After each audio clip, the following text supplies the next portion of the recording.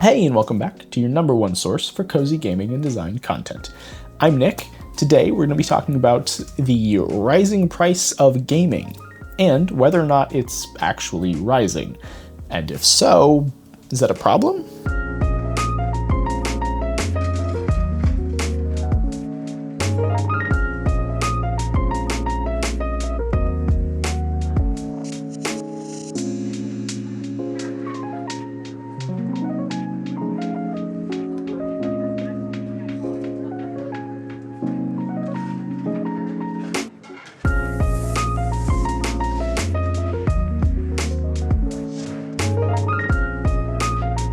Okay, I'm not going to sit here and tell you the price of big budget AAA games isn't rising.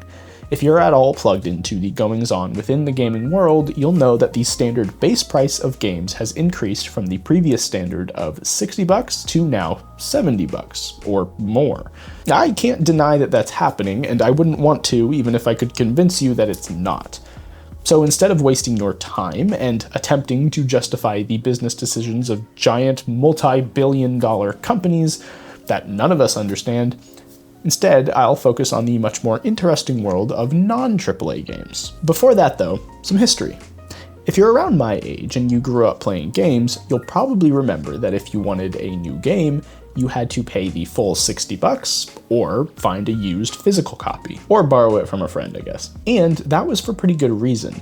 Until digital game distribution became more standard and download speeds became more reasonable, physical media was still the king of media distribution.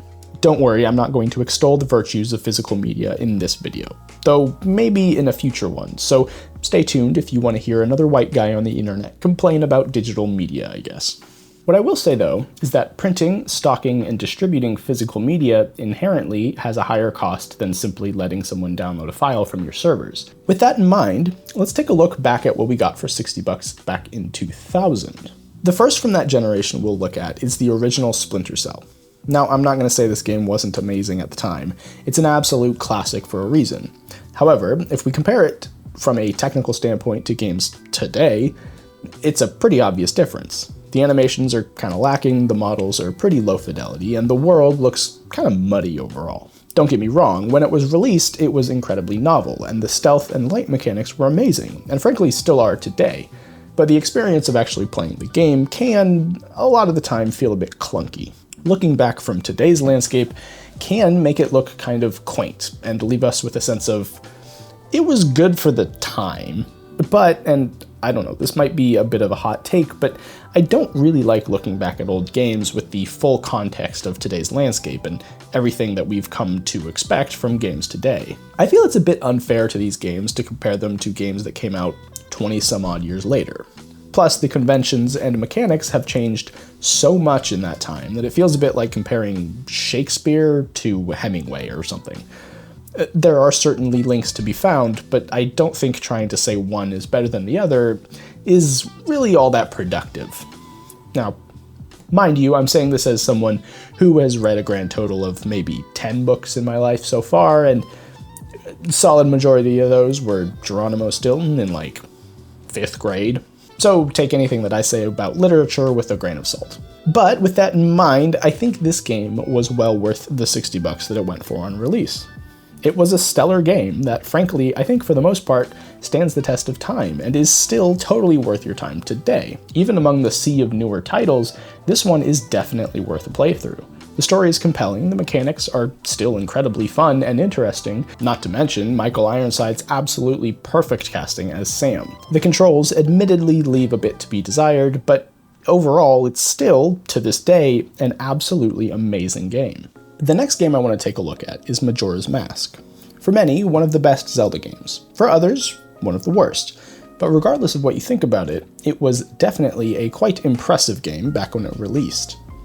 Not only was it released only 18 months after its much more acclaimed older sibling, Ocarina of Time, which compared to the release timing of Zelda games today is absolutely astounding, but it was also such an interesting twist on the usual Zelda formula. Sure, you still have dungeons and boss fights and all the usual Zelda things, but now you're doing all of that under an ever-ticking clock.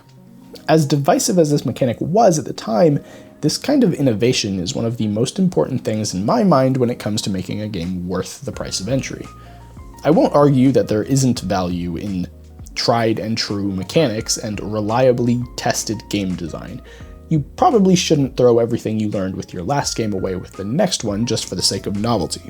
But I do think games are kind of unique when it comes to being able to give a completely different experience from title to title. Like if a movie from a franchise started out as a thriller that was packed with all kinds of horror goodness, but then the next movie was like a rom-com or something, well, I do think from a conceptual perspective, I would love the zero fucks given attitude.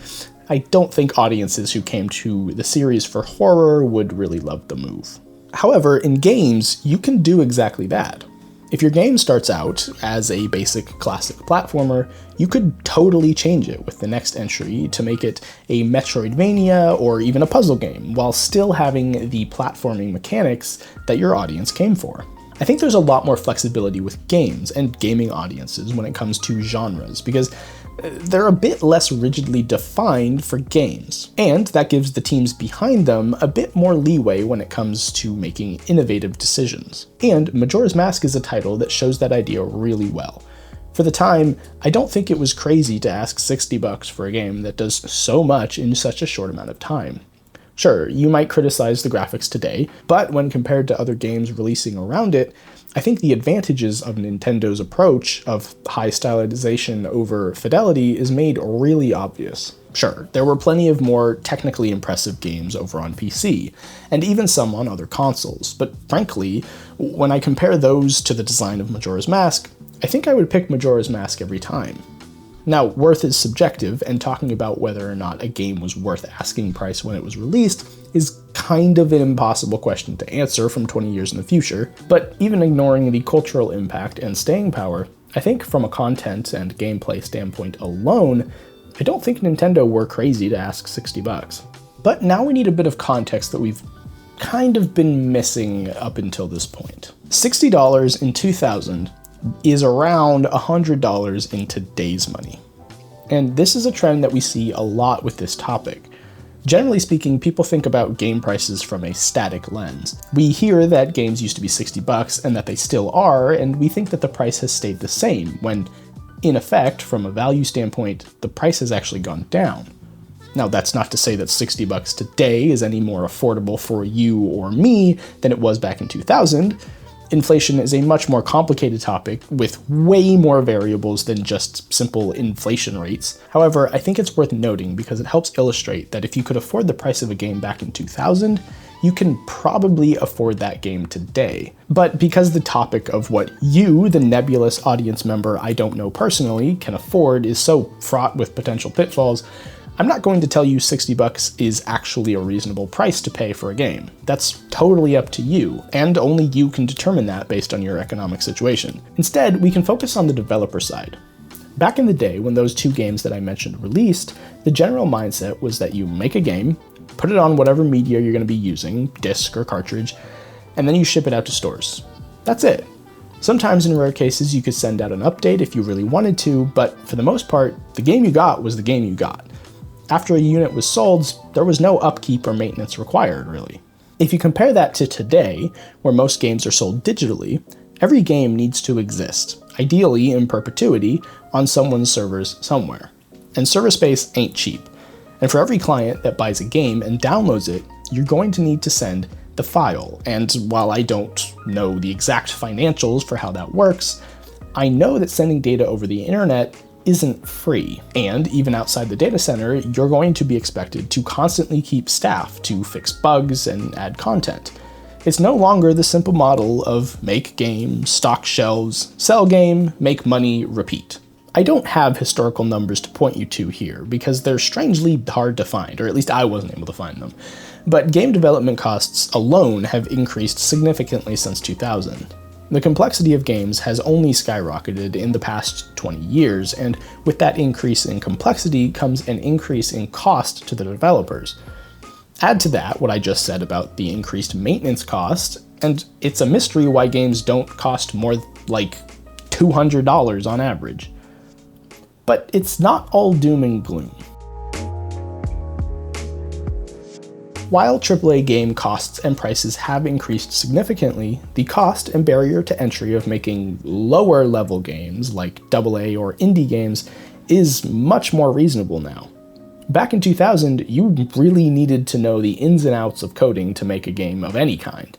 And if you wanted to make a full-fat game, you would need to know how to code, how to create assets, and how to write, or at least pay others to do that. Now though, you don't really need to be incredibly adept at any of that. And we won't talk about how that might be arguably leading to a decrease in overall quality of these games, because I think that is a much larger debate to be had at a later date. But I think on the whole, the increase in people who can make a game is really helpful for us, the players, from a cost perspective.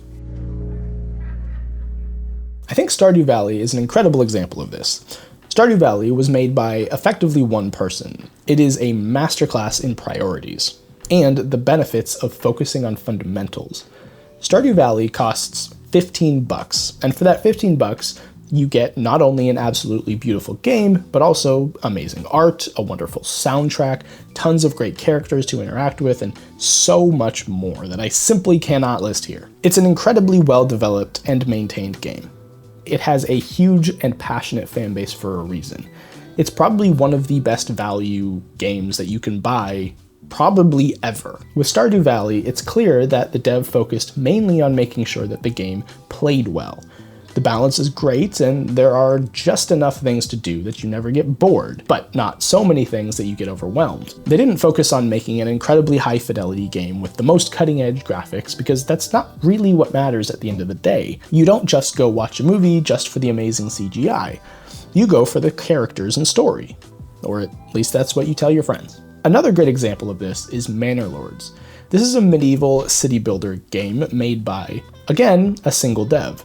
Now, I can't speak personally to the quality on offer here. I am not a city builder girly, so I don't know all the ins and outs of what makes these games good to that particular group of gamers. What I can say though is that it's got its hooks in me for sure. For only $40, you can pick up the hottest city builder on Steam right now. And while it is in early access, so if you're not down for that, then you're not going to be interested. But if you don't mind, then this is a really great get. From what people who do know a thing or two about city builders say, it's a bit lacking from a polish standpoint because it's in early access, but the core functions and graphics are there, and perfectly functional. I only really hear good things about this game from people who know city builders, so if that's you, I would highly recommend it. Plus, on top of that, you would be supporting a solo dev who's doing some really incredible work.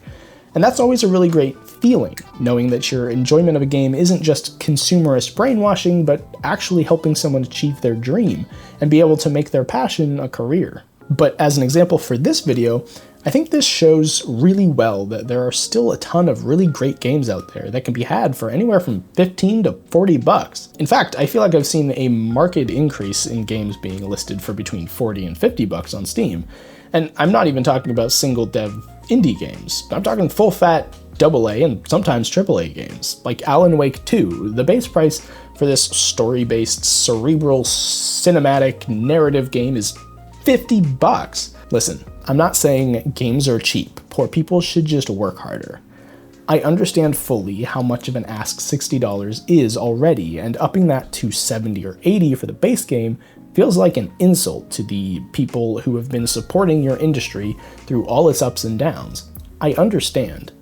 But I really don't think that it's all doom and gloom. Sure, the new big AAA games are going to increase in price, and some already have. But I think with that, we are fortunately seeing a widening of the middle section of games. I'm just as put off by these giant corporations tightening their grips on our wallets as you, but I think at the very least we have the option more now of buying amazing games from smaller devs for significantly less, and only shelling out the big bucks for AAA games we really want to get our hands on and that we really think deserve the price. I'm not saying a price increase is a good thing, or that I'm on board with it, but I can understand it from the mindless profit junkie perspective. Game development has increased in complexity immensely, and with that complexity comes cost, so naturally they will want to increase the price for us, the users. So if you don't like that, This is a great opportunity to go check out some of the really great games from smaller devs that you can get for significantly less money, and support them however you can. But that's it for today's video. I hope you had a good time. I know this is a bit of a contentious topic, so please let me know where you stand down in the comments. I would love to hear from you and get some of your perspectives on all of this. But other than that, thank you so much for watching. I hope you have a great day, and happy gaming.